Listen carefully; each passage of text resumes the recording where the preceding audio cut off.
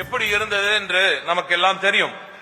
அங்கிருந்து அந்த டெப்த்ல இருந்து அந்த கீழே இருந்து அந்த தமிழ்நாட்டின் வளர்ச்சியை பிடித்து தமிழ்நாட்டின் மக்களின் ஒவ்வொருவரின் கரத்தையும் பிடித்து மீண்டும் மேலே ஏற்றிக்கொண்டு வந்து இன்று இந்தியாவின் நம்பர் 1 பொருளாதாரமாக 11.19% வளர்ச்சியோடு தமிழகம் தலை நிமிர்ந்து நிற்கிறது என்றால் அதற்கு முத்துவேல் கருணாநிதி ஸ்டாலின் எனும் இந்த மகத்தான முதலமைச்சரே காரணம். அவரது திராவிட மாடல் ஆட்சியே காரணம். மக்களின் கனவுகளை புரிந்து கொள்கிறார். மக்களின் கனவுகளை நான் தீர்த்து கொடுப்பேன் என்று உறக்க சொல்கிறார். நம்பிக்கையோடு சொல்கிறார். மக்கள் அதை நம்பிக்கையோடு பார்க்கிறார்கள்.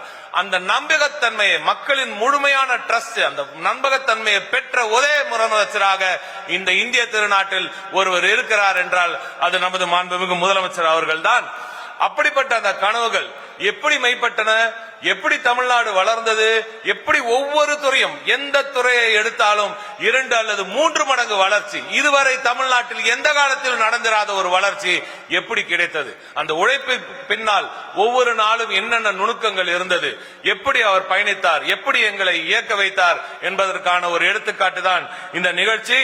அப்பா ரிப்போர்ட் கார்டு கேட்கிறாருன்னு டிடி சொன்னாங்க. எங்க அப்பா ரிப்போர்ட் கார்டு எங்க கிட்ட கேட்கல, என் பிள்ளைங்க எப்படி வேலை செஞ்சிருக்காங்கன்னு நீங்க எதுவும் செக் பண்ணி பாத்துக்கோங்கன்னு உங்களுக்கு தைரியமா சொல்ற ஒரே முதலமைச்சர் இந்த இந்திய திருநாட்டில் எங்களது முதலமைச்சர் அவர்கள். எனவே முதலமைச்சர் அவர்களின் இந்த பயணத்தில் ஐடி துறை எப்படி பயணித்தது என்பதை அருமையண்ணன் PTR பழனிவேல் தியாகராஜன் அவர்கள் அருமையண்ணன் அமைச்சர் அவர்கள் இப்பொழுது எடுத்துக் கூறுவார்.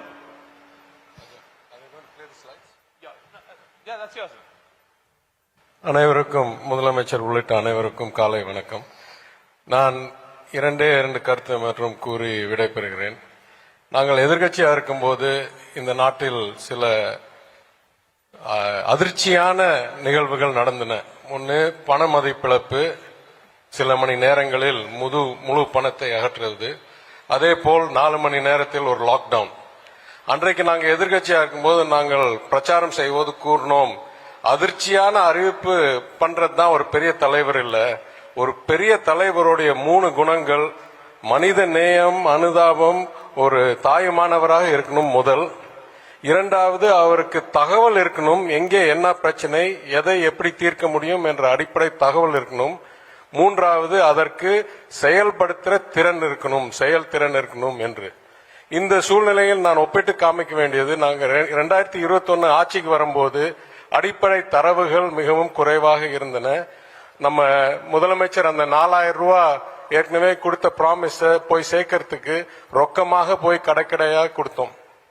பல பாதுகாப்பு தேவையெல்லாம் இருந்துச்சு அவ்வளவு ரொக்கத்தை நகர்த்துறதுக்கு.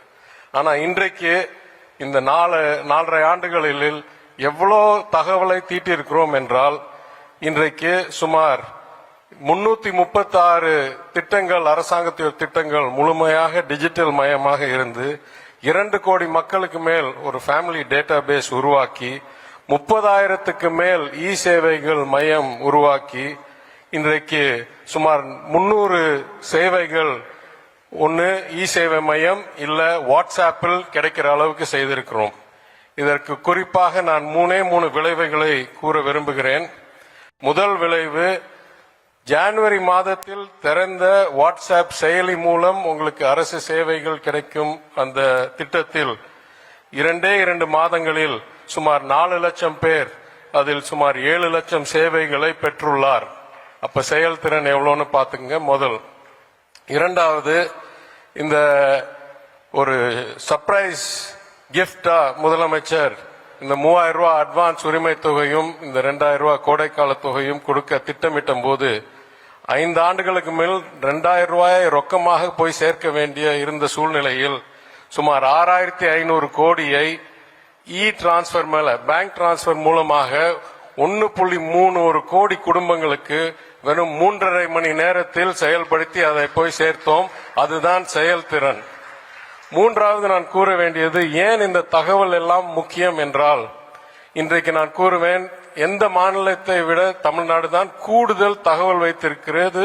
ஒரு நபருடைய அவங்களோட தேவைகளுடைய அவங்களுடைய திட்டங்களுக்கு மேட்சிங் இருக்கிற அளவுக்கு. ஏனென்றால் உச்சநீதிமன்றம் தலைமை நீதிபதி சொல்றார், அரசியல்வாதிகள் சும்மா பணத்தை வழங்கி அரசியல் செய்யறாங்க தேர்தலுக்காகன்னு. தரவு இருந்தால் பரவாயில்லை, தரவு இல்லை என்றால் தான் அது தவறு என்று சொல்றார்.